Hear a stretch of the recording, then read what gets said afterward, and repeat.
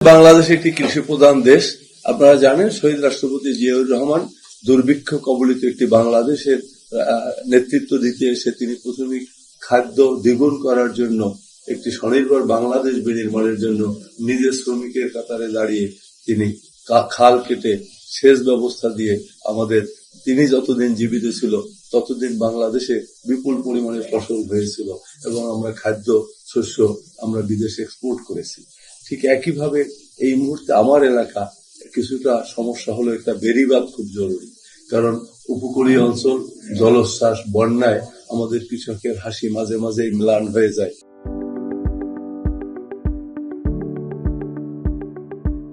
একটা বন্যার কারণে সুতরাং আমি প্রথমেই বলতে চাচ্ছি যে আমাদের চেয়ারম্যান বরিশালের যে মিটিং এসেছেন তিনি কিন্তু ওখানে আমার এই বেড়িবাঁধের কথা বলেছেন।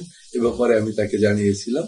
তার সাথে সাথে আমাদের এলাকার জনপদের যে জায়গাটা গত 17 বছরে যিনি জনপ্রতিনিধি ছিলেন, না ছিল জনগণের সঙ্গে তার সম্পর্ক, না ছিল তার জনপদের কোনো জায়গায় সে গেছেন, এরকম কোন এলাকায় গিয়ে আমি শুনেছি তিনি কখনো তার বাড়ি থেকে বাইরে বের হননি, মাঝে মাঝে উপজেলায় আসতেন। সুতরাং আমার জনপদগুলো এখন চলাচলের অনুপযোগী। সেই জনপদ যাতে মানুষ ভালোভাবে চলতে পারে তার জন্য কাজ করতে হবে। আমার কাঠালিয়া একটা উপজেলা শহরে একটা হাসপাতাল নাই। একজন মা রাতে যদি গর্ভবতী মায়ের প্রসব বেদনা আসে, সেই রোগীকে না যাবে রাস্তা থেকে নেওয়া, না আছে হাসপাতাল, কোথায় যাবে তারা? সুতরাং একটা হাসপাতাল করতে হবে।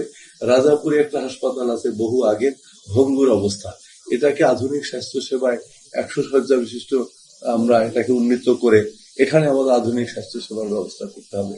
সাথে সাথে আমার আইন শৃঙ্খলার চরম অবনতি, গত 17 বছরের সন্ত্রাস, চাঁদাবাজ, টেন্ডারবাজের যে উত্থান হয়েছে এলাকায়, সেখানে আমার দৃষ্টি দিতে হবে। সাথে সাথে নতুন যে বেকারদের গত 17 বছর শুধু আওয়ামী লীগ হলে চাকরি পাওয়া গেছে, অন্যরা চাকরি পায়নি, তাদের কারো কারো বিভিন্ন ভাবে হতাশায় চলে আসছে।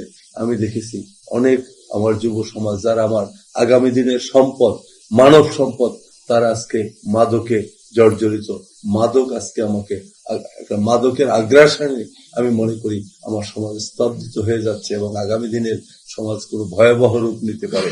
সেই হিসাবে মাদককে জিরো টলারেন্স দিয়া আমার মাদকের ব্যবস্থাটাকে এখান থেকে দূর করতে হবে। আর শিক্ষা ব্যবস্থার কথা আর কি বলবো, শিক্ষা ব্যবস্থা বাংলাদেশে নাই।